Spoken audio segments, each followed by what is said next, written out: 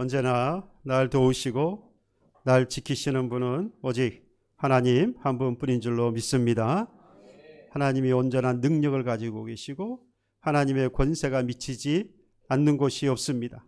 저와 여러분들이 있는 그곳까지도, 그리고 우리의 심령과 영혼까지도 하나님의 돌보심이, 하나님의 인도하심이 있는 줄 믿고 그 하나님만 바라보고 나아가는 저와 여러분들의 인생 되기를 주님의 이름으로 축복합니다. 한 주간 그런 인생 사셨을 줄로 믿습니다. 한 주 지났는데 아멘으로 반으로 딱 줄었어요. 저는 마음에 그런 마음이 있어요. 우리 성가대가 찬양할 때 잘 모르지만 함께 찬양을 하는 겁니다. 내가 준비 안 했지만 성가대가 찬양해서 찬양할 때 우리의 마음도 그 찬양으로 드리는 거죠. 드리고 나서 무엇으로 화답합니까? 아멘으로 화답하는 거죠. 다시 한번 주께 찬양했다고 치고요. 성가대가 하나님 찬양했습니다. 아멘 하고 했어요. 그럼 여러분들 함께 뭐라고요? 아멘. 얼마나 감사합니까? 아멘으로 하나님께 영광을 돌리고요. 그리고 아멘으로 하나님께서 아멘으로 화답한 그에게, 아멘으로 하나님께 영광을 돌린 그에게 아멘을 따르는 평안을 하나님께서 우리에게 주실 줄로 믿습니다. 요즘 TV 프로그램을 보면 사람들이 관심이 어디로 흘러가고 있는지 우리가 알 수 있습니다. 여러분, 돈이 세상이 어디로 흘러가는지를 알려면 돈이 어디로 흘러가는지를 봐야 됩니다. 그러니까 돈이 어디로 흘러가는지를 잘 보면 세상이 지금 어떻게 돌아가고 있는지를 알 수 있다는 겁니다. 어느 주식 투자가가 성공을 한 주식 투자가가 그런 이야기를 해요. 자기가 한 10여 년 전에 길거리를 가다 보니까 사람들이 이렇게 쭉 서 있는 걸 봤대요. 왜 사람들이 저렇게 서 있나 봤더니 거기가 애플사 스마트폰이 이제 처음 나올 때인데, 그때 보니까 사람들이 벌써 줄을 쫙 섰더라는 거예요. 그래서 이 투자자가 탁 생각난 게 저걸 사야 되겠구나. 여러분, 사람들이 모인다, 사람들이 줄을 선다, 돈이 거기로 흘러가고 있다는 것이고 세상이 그렇게 지금 돌아가고 있다는 거죠. 그러니까 그걸 잘 보시면 돈을 벌 수 있습니다. 거기에 했는데, 그렇게 투자했는데 나 돈을 잃어버렸다. 그리고 저한테 와서 뭐라고 해봐야 그건 여러분들의 선택이지 대체로 그렇더라. 분명한 것은 돈이 흘러가는 것을 보면 세상이 어떻게 흘러가고 있는 것을 알 수 있는 것처럼 사람들이 어디에 관심을 지금 두고 있느냐라고 하는 것을 가장 빨리 알 수 있는 곳이 바로 TV 프로그램입니다. TV 프로그램을 딱 보면 사람들이 지금 어디에 관심을 가장 많이 두고 있는지 알 수 있습니다. 제가 요즘 보니까 가장 스포츠 중에서는 골프더라고요. 골프 채널이 얼마나 많은지 온갖 사람들이 다 나와서, 연예인부터 시작해서 별의별 사람들이 다 나와서 어떻게 골프를 치면 잘 칠 수 있고 뭐 이러면서 서로 내기도 하고 스크린에서 하는 모습도 보여주고, 제가 많이 본 걸 표시가 나는군요. 이게 다 알고 있는 거 보니까. 근데 이거 제가 보고 싶어서 보는 게 아니라 돌리면 채널을 돌리다 보면 계속 나오는 거예요. 스포츠 채널을 제가 좋아해서 이렇게 보는데 좋아하는 건 한두 개고 나머지는 전부 골프 채널. 얼마나 많은지. 지금 우리나라 사람들이 이 스포츠 가운데 골프에 지금 관심이 많다는 거죠. 그 다음에 보니까 이제 음식이라든지 그 다음에 여행 상품이 얼마나 많이 나온지, 여행이 좀 많이 더 활성화돼서 우리 제 집사님께서 빨리 본창을 했으면 좋겠어요.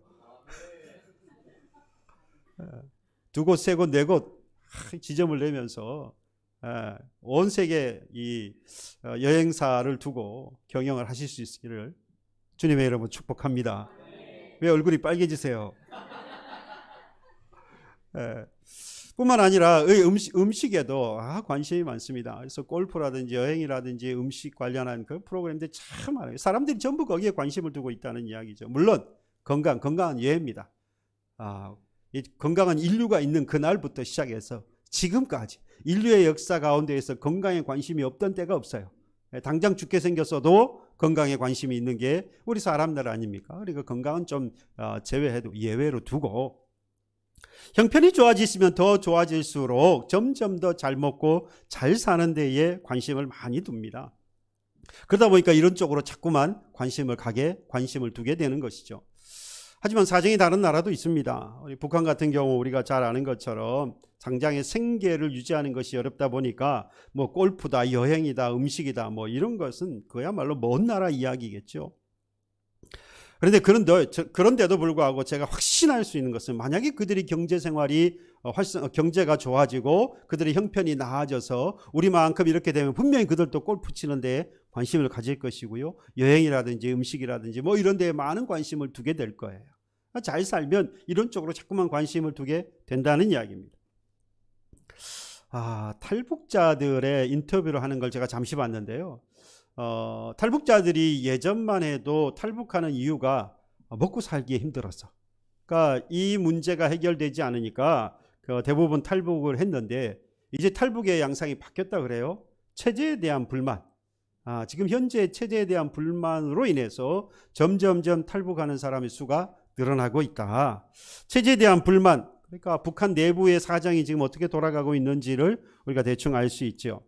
특별히 이 젊은 세대들, 정신 교화가 잘 되지 않은 이 젊은 세대를 중심으로 해서 체제에 대한 불만이 일어났고, 그래서 이것 때문에 지금 이 체제의 강화, 그래서 내부를 결속하기 위해서 외부적으로 이제 압력이 들어가기 시작했는데, 그 밑에 자막이 달린 거 보니까 2020년 영상으로 제가 기억이 됩니다. 그러니까 지금 한 2, 3년 지났기 때문에 벌써 한 3년이 지났으니까 아마 지금은 훨씬 더 이런 체제 강화를 위해서 압박을 하고 있을 것이다라는 생각이 드는데, 그때 보니까 여러분들 아실 거예요. 노동교화형 12년을 받은 아이들이 있었죠. 뭘 보았다고요? 나만의 TV와 영화를 봤다고, 그런 음악을 또는 나만의 것들을 보고 즐겼다고. 노동교화형 12년, 거기서 보니까 괴뢰 영화와 괴뢰 TV극, 괴뢰라고 썼더라고요. 괴뢰. 이러한 것들을 자꾸 보다가 뿐만 아니라 이 서양식의 옷을 입은 그 모습들을 이렇게 비춰주면서 붙는 옷이나 색깔이 좀 그런 옷들, 뭐 이런 것들을 이렇게 입은 것에 대해서 좀 비난하고 비판하는 그런 모습도 보여줬습니다. 그래서 체제 강화를 하고 내부 기강을 잡기 위해서 안간힘을 쓰고 있는 것을 봅니다. 우리가 이런 모습을 볼 때 그냥 넘어갈 게 아니고요, 북한의 이러한 인권 회복이라든지 그리고 빈곤한 이러한 경제 상황, 이런 생활에서 빨리 벗어날 수 있도록 우리가 기도하고, 또 우리가 협력할 수 있다면, 도울 수 있다면 그런 방법들을 함께 모색하면서 도와야 되겠다라는 그런 생각도 하게 되어집니다. 우리나라도 북한 선교회가 있습니다. 그런데 북한 선교회가 저기 압록강의 두만강 이쪽을 중심으로 해서 탈북자들을 계속해서 받아들이고, 그래서 중국이라든지 동남아 쪽으로 이송하면서 우리나라 다시 들어올 수 있도록 이렇게 많이 일을 했는데, 지금 이제 중국에서 선교사들이 다 처방이 되면서 사실 탈북자들이 선교사를 통해서 지금 이동할 수 있는 길이 많이 막혔습니다. 이 북한 선교회가 그런 부분들을 어떻게 이걸 해결해야 되느냐 많이 지금 고심을 하고 있는데, 우리도 어쨌든 뭐 우리 스스로가 그 일을 할 수 없다고 할지라도 이를 위해서 우리가 함께 기도하고, 그리고 그들도 자유를 얻고, 그리고 종교생활도 마치 같이 할 수 있는 그런 시대가 빨리 올 수 있도록 우리가 도와야 하겠습니다. 아무튼 먹고 살만한 이때가 되어지면 사람의 관심은 좋은 것들을 누리고 또 좋은 것들을 먹고 건강하게 사는 데 그 관심을 두게 됩니다. 맛집을 소개하는 그런 프로그램, 요리 뭐 이런 것들을 소개하는 그런 프로그램들, 건강 관련해서 나오는 그런 프로그램들, TV를 틀면 보고 싶지 않아도 볼 수밖에 없는 그런 상황입니다. 하지만 이게 꼭 나쁘다고 말할 수는 없죠. 잘 먹고 건강하게 잘 살고 싶다는 건 뭐 틀린 이야기는 아닙니다. 문제는 뭐라고 생각하십니까? 모든 관심이 오직 그것에 두고 있다라는 거죠. 그것이 사람들 관심의 전부라는 이야기입니다. 사람은 육만 있는 게 아니잖아요. 사람에게는 영혼이라고 하는 것이 분명히 있습니다. 육체의 건강뿐만 아니라 보이지 않는 사람의 영혼, 이 영혼의 건강에도 우리가 관심을 가지고, 내가 지금 내 영혼이 건강한지 아닌지 항상 체크를 해야 된다라는 겁니다. 우리는 내 육체가 건강하지 않은 것에 대해서, 또는 건강한 것에 대해서 항상 주의를 기울이고 있고, 또 건강하지 않다고 하는 것에 대해서 너무나도 잘 압니다. 목사님 여기가 아픈데요, 기도 좀 해주십시오. 머리가 갑자기 띵합니다. 이거 혹시 무슨 일이 있는 거 아닙니까? 기도해 주십시오. 내 몸이 아픈 건 너무 잘 알아요. 어제와 다른 나의 몸 상태를 누가 가르쳐 주지 않았는데도 내가 여기가 안 좋구나 너무 잘 압니다. 그런데 질문을 해보면 당신의 영혼은 지금 건강하십니까? 라고 물어보면 글쎄요, 내 영혼이 건강한지 안 한지 잘 몰라요.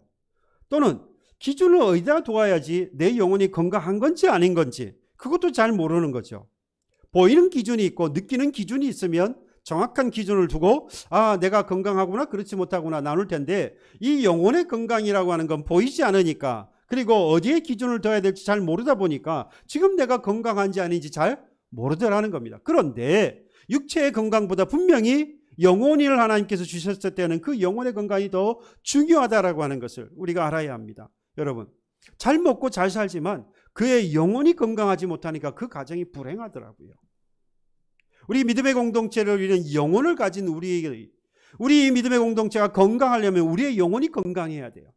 저와 여러분들이 경제생활을 많이 잘하고 가정이 풍요로운 삶을 누린다 할지라도 우리 믿음의 공동체에 건강하지 못하면, 우리 믿음의 공동체가 건강하지 못하면 우리는 건강하다고 말할 수 없습니다. 분명히 여러 가지 문제가 생길 것이고요. 그 문제로 인하여서 여러 가지 어려움을 겪게 될 거라는 겁니다. 물론 그건 악한 영들이 사탄이 주는 것이기도 합니다만은, 그런 것도 있긴 하겠습니다만은, 중요한 건 어쨌든 이 영혼이 건강해야 하고, 그래서 그 영혼이 건강한지 안 한지 항상 우리는 체크해 보아야 한다는 겁니다. 영혼이 건강한 사람은요, 건강한 신앙을 가진 사람이고, 그런 사람들이 모인 믿음의 공동체가 바로 건강한 공동체라고 할 수 있는 것이죠. 우리 교회가, 그리고 우리의 가정이 영혼이 잘 먹고 그 영혼이 잘 사는 그런 교회와 가정이 되었으면 하는 그런 바람이 있습니다. 여러분, 영혼이 변해야 사람이 변하고요, 사람이 변해야 사회와 그리고 믿음의 공동체가 변하는 것처럼 똑같습니다. 이 영혼이 건강한 사람이, 영혼이 건강해야 사람이 건강하고, 사람이 건강해야 그 가정도 그리고 그 교회도 믿음의 공동체도 건강할 수 있는 겁니다. 사도 바울은 이런 교회가 되기 위해서 오늘 본문 1절에 뭐라고 말했느냐? 부르심에 합당한 생활을 해야 한다라고 말했습니다. 부르심에 합당한 생활. 먼저는 우리를 뭐 하셨다고요? 하나님이 불렀다라고 말하고, 부름을 받은 그 사람은 그 부름에 합당하게 뭐 해라? 생활을 해야 한다라고 했습니다. 여러분, 오늘 본문의 1절에 나오는 그러므로 주 안에서 갇힌 내가 너희를 권하노니 너희가 부르심을 받은 일에 합당하게 행하라 라고 말했을 때, 부르심을 받은 일에 합당하게 행하는 것과 빌립보서 1장 27절에 나오는 오직 너희는 그리스도의 복음에 합당하게 생활하라 라고 하는 말이 두 가지가 똑같은 말입니다. 그러니까 부르심을 받은 일에 합당하게 행하는 것과 그리스도 복음에 합당하게 행하는, 복음에 합당하게 생활하는 것은 같은 말이다라는 이야기입니다. 여러분, 그러니까 그리스도인은 그리스도의 복음을 위해서 부름을 받았고요, 그에 합당하게 생활하는 그리스도인의 영혼이 뭐한 겁니까? 건강한 그리스도인이다. 예. 여러분들 하나님께서 부르셨어요. 그리스도의 복음을 위해서 살아가는 겁니다. 똑같은 말씀입니다. 부름받은 사람은 뭘 위해 살아가요? 그리스도의 복음을 위해 살아가는 사람. 그러면 그리스도의 복음을 위해 살아가는 사람을 그리스도인이라고 말하고, 그리고 하나님의 부르심을 받은 사람이 바로 그리스도인인데 그에 합당하게 뭐 해야 되는 거예요? 생활해야 한다라고 말합니다. 그 사람의 영혼이 뭐예요? 건강한 사람이다 이 말입니다. 여러분, 그러면 중요한 게 있죠. 그리스도인으로서 그리스도의 복음을 위하여서 합당하게 생활하는 것은 어떻게 하는 것이냐라고 하는 것이 오늘 중요한 주제가 되겠습니다. 이 생활을 잘하는 것이 건강한 그러한 영혼을 유지하고 또 그 가정과 그리고 교회도 건강하게 유지해 갈 수 있기에 참 중요한 문제입니다. 이 내용을 본문에 잘 기록하고 있어요. 오늘 본문을 포함한 이 에베소서 4장 전체는 우리가 교회론이라고 부릅니다. 교회론. 그러니까 교회가 어떠한 것인지, 교회는 무슨 일을 해야 하는지, 교회의 목적이 어디 있는지, 뭐 이러한 것들을 알고 싶으면 이 에베소서를 잘 읽어보시면 알 수 있습니다. 그 가운데에서도 오늘 본문은요, 바로 이 영혼이 건강한 교회의 세 가지 요소를 정확하게 말씀합니다. 여기서 교회는요, 제가 이제 혼용해서 사용을 하더라도 여러분들이 이해하시고 들으셔야 됩니다. 교회라고 말할 때는 뭐라고 똑같이 생각합니까? 그리스도인이라고 생각하시면 똑같은 거예요. 제가 그리스도인 하면 교회라고 생각하셔도 상관이 무방합니다. 그러니까 제가 혼용해서 사용하더라도 여러분 똑똑하시니까 그렇게 이해하시고 들으시면 되겠어요. 자, 바울이 말하고 있는 바로 이 영혼이 건강한 교회 또는 그리스도인은요, 바로 연합하여서 일치하는 교회요, 그리스도인. 다양성을 받아들이고 인정하는 그리스도인. 세 번째는 조화를 이루는 교회, 그리스도인. 바로 이 세 가지가 되면 영혼이 건강한 교회요, 그 영혼이 건강한 그리스도인이라 말하고 있는 겁니다.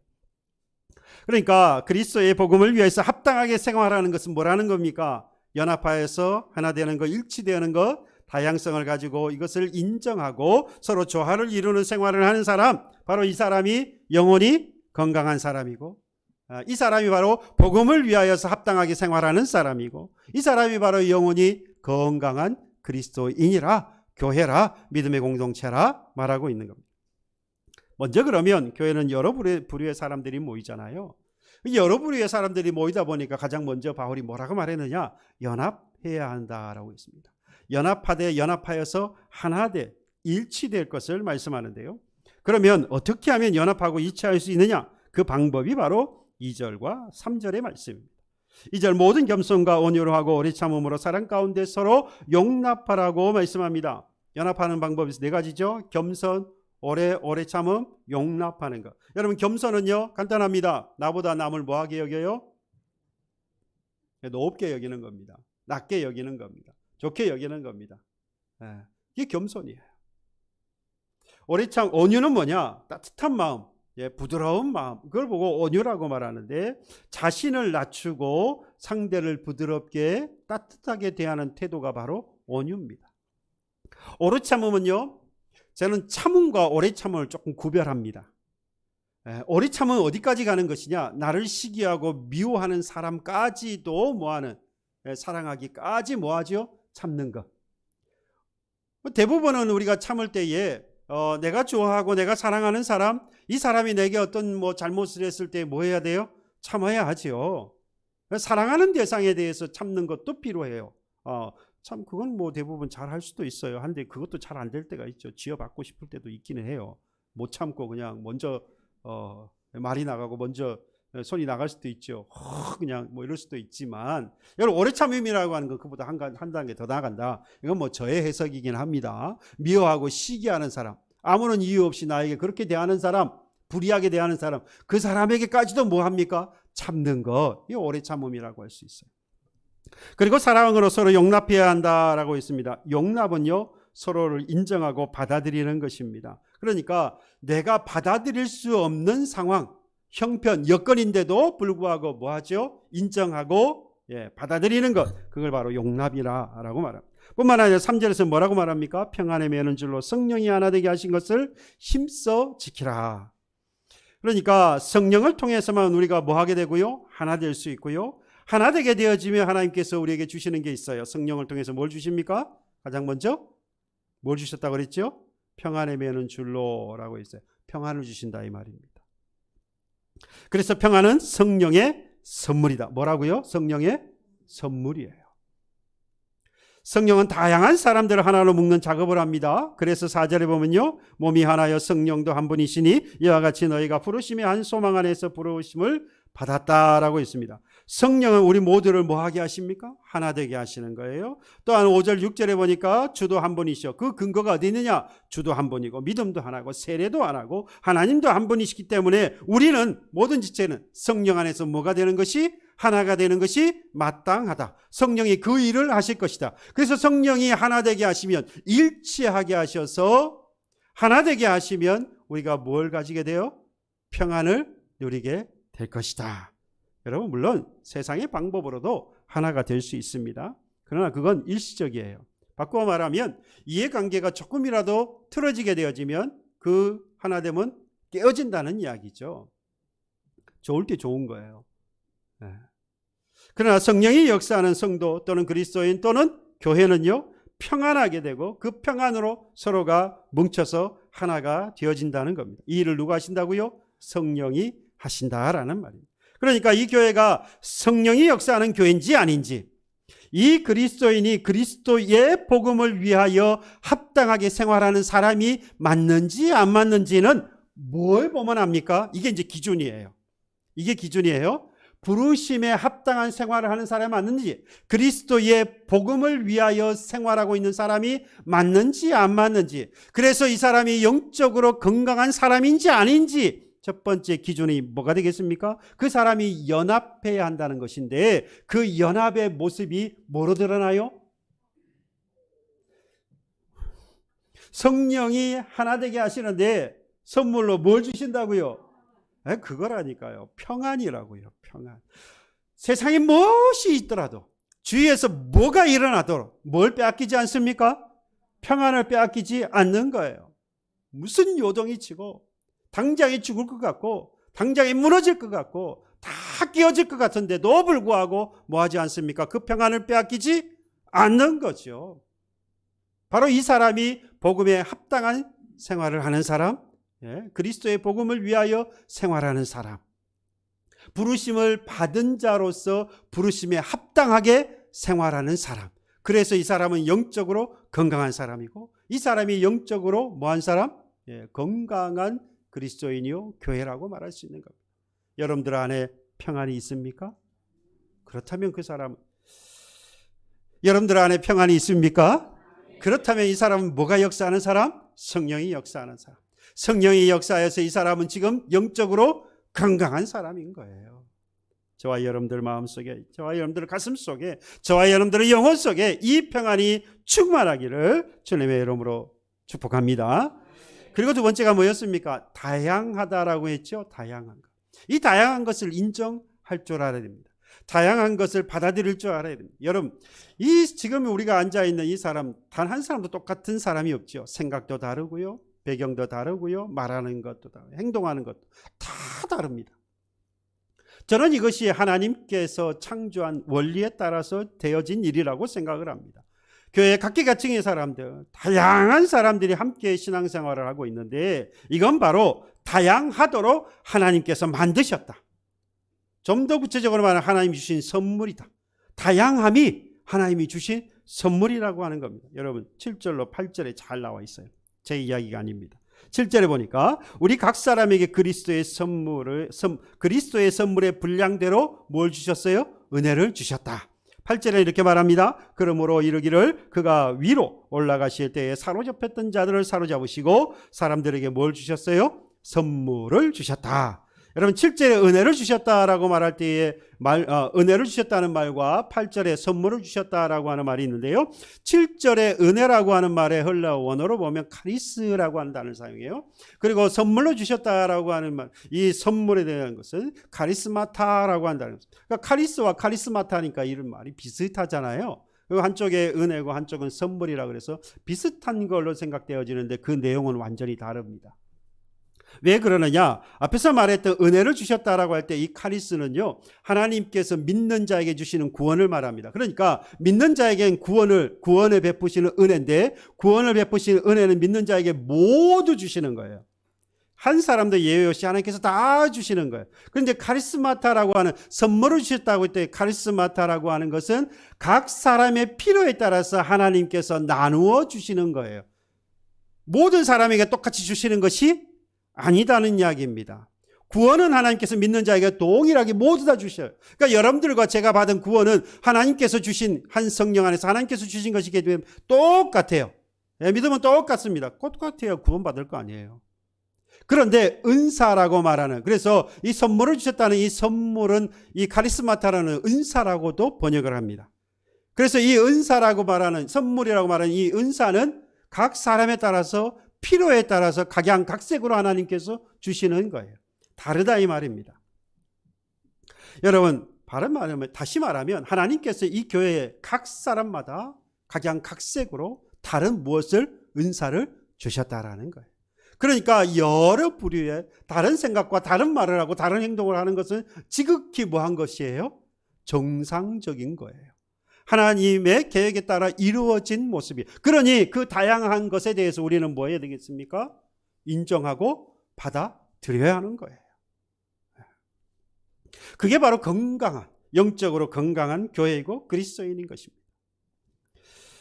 하나님은 특별히 필요할 때에 필요한 사람들에게 필요한 은사를 줍니다. 노래를 잘하는 은사를 받은 사람도 있고, 음식을 잘 만드는 사람도 있어요. 청소를 잘하는 사람이 있어요. 누구는 청소하면 청소할 거리를 더 만드는 사람도 있잖아요. 되도록이면 그 사람은 안 시키는 게 좋아요. 음식을 하는데 음식도 잘 못 만들고 설거지거리만 많이 만드는 사람이 있잖아요. 굳이 그 사람한테 음식 만들려고 할 필요가 없는 거예요. 그 사람이 설거지를 잘할 수 있잖아요. 설거지 은사가 있으니까 은사대로 하라고 맡기면 되는 겁니다. 어떤 사람은 인사를 잘하는 사람이 있어요. 그 사람에게 인사를 받으면 마음이 기뻐져. 그렇죠? 어떤 사람은 말을 잘하는 사람이 있습니다. 그 사람과 대화를 하면 마음이 평안해지고 그 사람의 말을 통해서 위로도 받고 또 문제가 해결되는 그런 경험도 하게 되어집니다. 그 사람 말을 많이 시켜야 돼요. 근데 말만 하면 이 사람 말하면 안 돼요. 말 안 하는 것이 그 사람의 은사예요. 여러분, 이건 각 사람에게 다 각양각색으로 하나님께서 다른 은사를 주셨다는 말씀이잖아요. 한 유명한 배우가 교회를 다니다가 은혜를 받았어요. 은혜를 받고 보니까 교회를 위해서 뭔가 봉사를 해야 되겠다는 마음이 들었어요. 그래서 목사님을 찾아갔습니다. 목사님, 내가 하나님께 은혜를 받고 보니까 교회를 위해서 내가 뭔가 봉사를 하고 싶은 마음이 생겼습니다. 뭘 하면 좋겠습니까? 그때 목사님이 하시는 말씀이, 새신자들이 오면 함께 사진을 찍는데 나하고 새신자를 함께 선 모습을 사진을 좀 찍어 주십시오 라고 부탁을 했다는 거예요. 예전 같았으면 그래도 명색이 유명한 배우인데 나보고 그 사진 찍을 사람이 없어, 그거 찍어달라고 하냐, 아마 마음에 실망도 있고 낙심도 할 수 있겠는데, 은혜를 받고 보니까 그런 마음은 전혀 들지는 않고요. 그래서 사진을 찍기 시작했다는 겁니다. 근데 이게 자연스럽게 소문이 나가지고 저 교회 가면 유명한 배우가 있는데 그 배우가 사진을 찍어준대. 별것 아닌 것 같았는데 그 소식이 사람들에게 전해지면서 그의 가장 많이 새신자가 늘었다는 거예요. 물론 이분이 사진을 찍는 은사가 있는 건 아닙니다. 근데 은혜를 받고 보니까 뭔가를 봉사를 하고 싶은 마음이 생겼고, 그 사람의 은사는 뭐였을까요? 제가 보기에는 유명한 배우라는 거예요. 아무나 유명한 배우가 되는 건 아니잖아요. 그러니까 그가 하는 유명한 배우가 되어서 하나님께서 그걸 통해서 하나님의 일들을 하고 계셨던 것이죠. 여러분, 본문에도 많은 종류의 은사가 오늘 기록되어져 있습니다. 11절에 보시면 이렇게 기록하고 있죠. 그가 어떤 사람은 사도로, 어떤 사람은 선지자로, 어떤 사람은 복음 전하는 자로, 어떤 사람은 목사와 교사로 삼으셨다라고 말씀합니다. 사도는요, 복음을 전하는 사람이죠. 선지자는 하나님의 뜻을 주의 깊게 분별하여서 이를 전하고 가르치는 사람이라고 할 수 있습니다. 복음 전하는 자는 빌립과 디모데와 같은 사람이에요. 목사와 교사는요, 가르치는 사람입니다. 하나님께서 왜 이렇게 다양한 은사를 각 사람에게 나누어 주셨느냐? 그 이유가 어디에 있습니까? 12절에 있어요. 성경을 보시면 됩니다. 이는 성도를 온전하게 하여 봉사의 일을 하게 하며 그리스도의 몸을 세우려 하심이라. 하나님께서 각 사람에게 다양하게 은사를 맡겨주시면 꼭 세 가지죠. 성도를 뭐하게 하시고 온전하게 하시고, 두 번째 뭐냐면 봉사의 일을 하게 하시려고, 세 번째 그리스도의 몸을 세우기 위하여서. 그러니까 성도가 하나님께서 각양각색의 은사를 주셨는데 이 은사를 사용하지 않는다, 성도를 온전하게 못하게 하는 사람이고, 맡겨주신 봉사의 일을 하지 아니하며 그리스도의 몸을 세우지 않는 사람이다. 제가 과격하게 이야기하는 것이 아니라 사실이에요. 성경이 그렇게 말씀하잖아요. 분명히 각양각색 필요에 따라서 하나님께서 각자에게 주셨는데, 내게 하나님께서 노래를 잘하는 은사를 주신 노래를 안 해요. 그 입이 다칠지어다. 아니, 사용 안 하니까 더 이상 그 입을 열 이유가 없잖아요. 오늘 목사님이 그러더라고요. 교회에 정말 노래를 잘하는 정말 찬양 사역자의 일을 했고, 그래서 그 사역을 교회에 와서도 좀 했으면 좋겠는데 안 한대요. 그렇게 부탁을 하는데, 교회에서 찬양 사역을 잘하는, 찬양을 하는 사람, 노래를 잘 부르는 사람이 얼마나 귀한지 몰라요. 교회는 그 찬양을 많이 하는 곳이잖아요. 그런 분들이 계시다고 하는 건 정말 귀한 일인데 입을 딱 닫고 안 한다는 거예요. 속이 상해 죽겠대요. 찬양을 할 줄 아는 사람, 노래를 잘하는 사람은 정말 열심히 찬양을 해야 된다는 거예요. 그게 얼마나 하나님을 기쁘시게 하는 일인지 그가 모른다는 거예요. 정말 찬양을 하고 싶은데 음치 있잖아요. 너무 괴로운 거예요. 자기도 잘하고 싶어. 열심히 하는데 안 돼. 얼마나 그 마음이 괴로워요. 할 줄 아는데 하나님께서 그 은사를 주셔서 하게 하시는 거예요.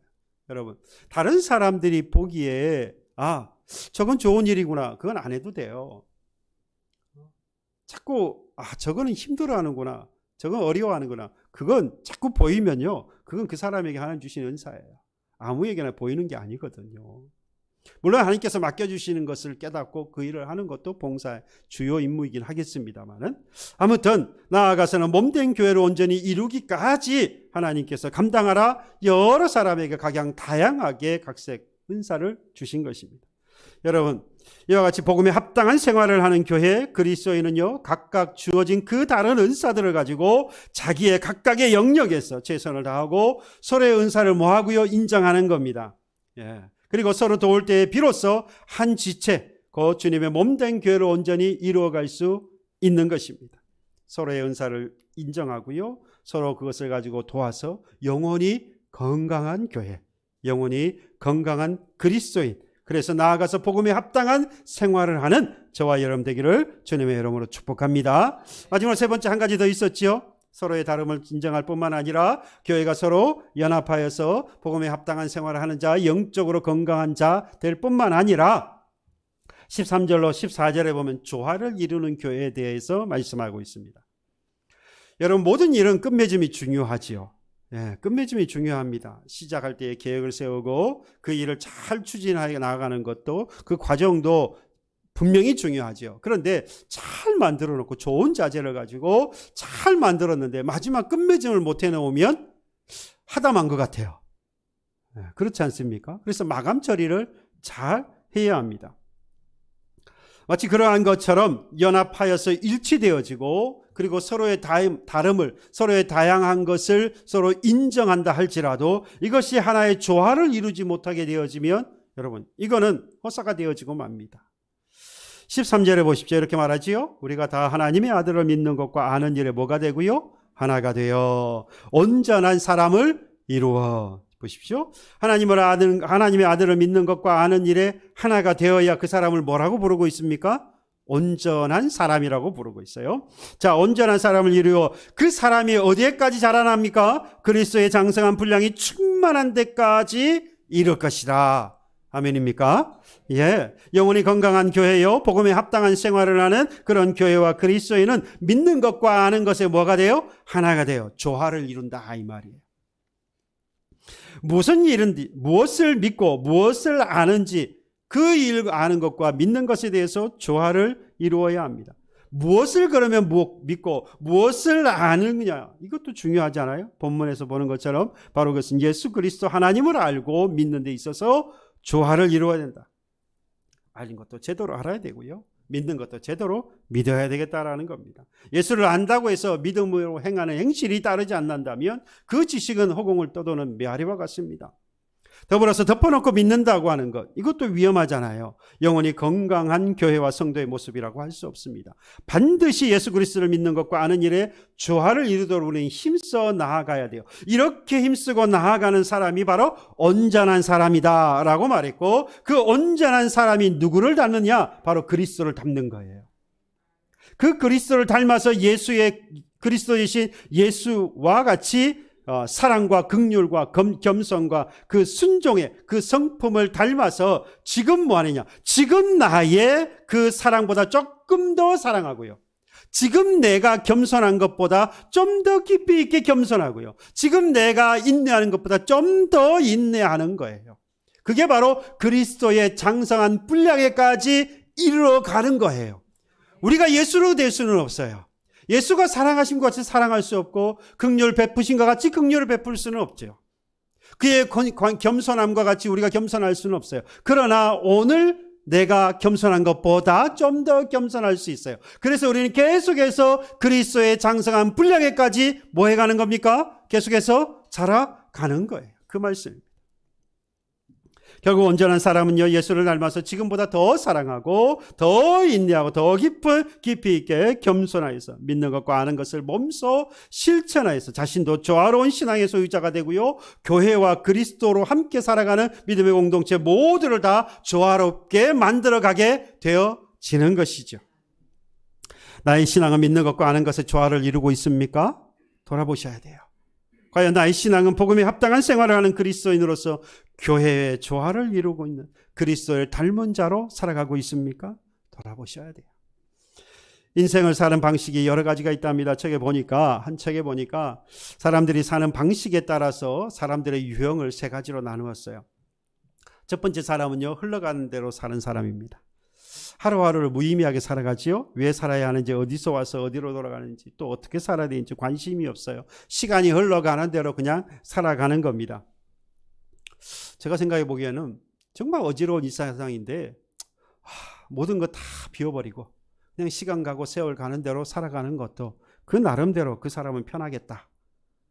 온갖 근심 걱정 가득한 세상 아닙니까? 아웅다웅 다투며 살아가지 않습니까? 이런들 어쩌하리, 저런들 어떠하리, 만수산 드렁치기 얽어진들 어떠하리, 우리도 이같이 얽어져 100년까지 누리리라. 말 들어보면 좋은 것 같아요.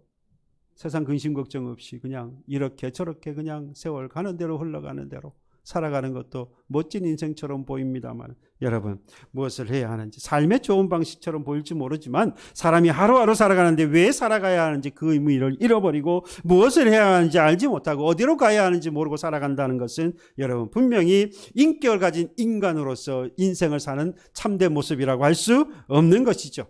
하루하루를 의미 없이 사는 그런 삶의 방식은요, 세상을 살아가는 방식에서 뒤떨어지는 겁니다. 뿐만 아니라 더더욱 그리스도인의 삶의 방식이라고는 할 수 없는 거죠. 또 한 가지는요, 쫓기는 삶을 사는 인생이 있습니다. 이 삶은 한마디로 열심히 사는 삶이에요. 열심히 사는 인생. 열심히 살다 보면 여러분 얻는 것도 분명히 생깁니다. 부지런히 열심히 생활하다 보니까, 일하다 보니까 재산도 늘어나고요, 지식도 갖게 되어지고요, 그만큼 또 지위와 명예도 얻게 되어집니다. 상대적으로 그런데 잃어버리는 게 있어요. 여러분 경험하지 않습니까? 내가 목표했던 그 재산이라든지 뭐 돈이라든지 또는 어떤 지위라든지 또는 어떤 수준에 이르기까지의 열심히 노력해서 다 이루고 나면 그때까지는 그런 생각이 안 들었는데 그걸 다 이루고 나면 왠지 공허한 마음이, 허무한 마음이 듭니다. 채울 때까지는 몰랐는데 사람은 그래요. 분명히 그렇습니다. 거기에만 몰두해서 가다 보면 뭔가 모르게 허무해요. 집을 마련하기 위해서 정말 열심히 노력했고 아껴가면서 그 집을 얻었어요. 얻고 나면 너무 기뻐요. 그 집에서 자는 잠이 꼭 천국 같아요. 천국이 따로 없는 것 같죠. 근데 몇 날 며칠 지나고 몇 달, 몇 년, 1년, 2년 지나도 보면 그게 그거 같아. 뭔가 빈 것 같은 허무한 생각도 들고 공허한 마음도 자꾸 생기더라 하는 겁니다. 정신이 없다는 말은요, 공허하고요, 허무하고 뒤를 돌아보면 왜 그랬나 하는 그런 마음, 그런 생각이 드는 겁니다. 여러분, 이럴 때의 모습을 아주 극한 표현으로 빌려서 말해본다면 이건 무슨 노예가 되었다라고 표현하는 겁니다. 열심히 일을 했는데도 불구하고 그 열심히 일한 것의 이후 결과가 허무하고 공허한 것으로 다 나온다면 그건 일의 노예가 되었던 사람이고요, 돈의 노예였고 지식의 노예였고 직장의 노예였고 성공의 노예였고 사람의 노예, 자식의 노예였던 사람인 거예요. 결국 열심히 살았다는 것이 무엇인가의 노예로 살았다는 그저 단지 완곡한 표현을 봅니다. 그러나 하나님께서는 사람을 창조하실 때 분명히 말씀하셨어요. 창세기 1장 28절 말씀합니다. 생육하고 번성하고 충만하고 정복하고 다스리라. 이게 하나님께서 사람들에게 주신 거예요. 생육하고 번성하고 충만하고 다스리라, 정복하라. 하나님께서 그렇게 말씀하셨어요. 그런데 자꾸 우리는 뭐로 살아갑니까? 열심히 한다는 명목하에서 우리는 노예로 살아가는 거예요. 여러분, 이것도 역시 그리스도의 삶은 아닙니다. 열심히 사는 것만이 다는 아니라는 거예요. 세 번째 유형이 뭐냐? 바로 부름을 받은 삶을 사는 사람입니다. 부름을 받은 삶. 모든 사람은 하나님의 피조물입니다. 그러니까 하나님의 뜻에 따라 지음을 받은 피조물입니다. 물론 세상 모든 피조물들 중에 하나도 빠짐없이 헛되이 지으신 것이 없어요. 그렇죠. 하나님은 다 뜻에 따라서 하나님의 의도에 따라서 지으셨습니다. 그 가운데 특별히 특별히 사람이 있는데 그 사람들 가운데에서도 하나님의 영광을 나타내기 위해 지으셔서 부른 사람들이 있다는 거죠. 그렇죠? 만물을 하나님께 다 만드셨어요. 다 피조물이에요. 그러나 특별히 그 가운데에서 하나님이 부른 사람들이 있습니다. 부름을 받은 사람들. 저와 여러분들이 바로 이 부름을 받은 사람인 줄로 믿습니다. 바로 그 부름을 받은 사람을 오늘날 뭐라고 말합니까? 성도요 그리스도인이라고 말합니다. 오늘 부름을 받아서 성도와 그리스도인이 된 또는 믿음의 공동체를 이루고 있는 저와 여러분들이라고 한다면 그 부르심에 합당한 생활을 해야 합니다. 그리스도의 복음을 위하여 합당한 생활을 해야 해요. 바로 그 사람이 영적으로 건강한 사람이고 교회이고 믿음의 공동체인 것입니다. 바로 그 영적으로 건강한 사람이 되기 위해서 오늘 내가 있는 그곳에서 연합하여서 일치하고 우리가 가지고 있는 모든 것들이 하나님이 주신 것으로서 필요에 따라 채우신 것인 줄 알고 서로가 서로를 뭐하고요? 인정하면서 살고 나아가서 복음에 합당한 자로서 뭐하지 말고요?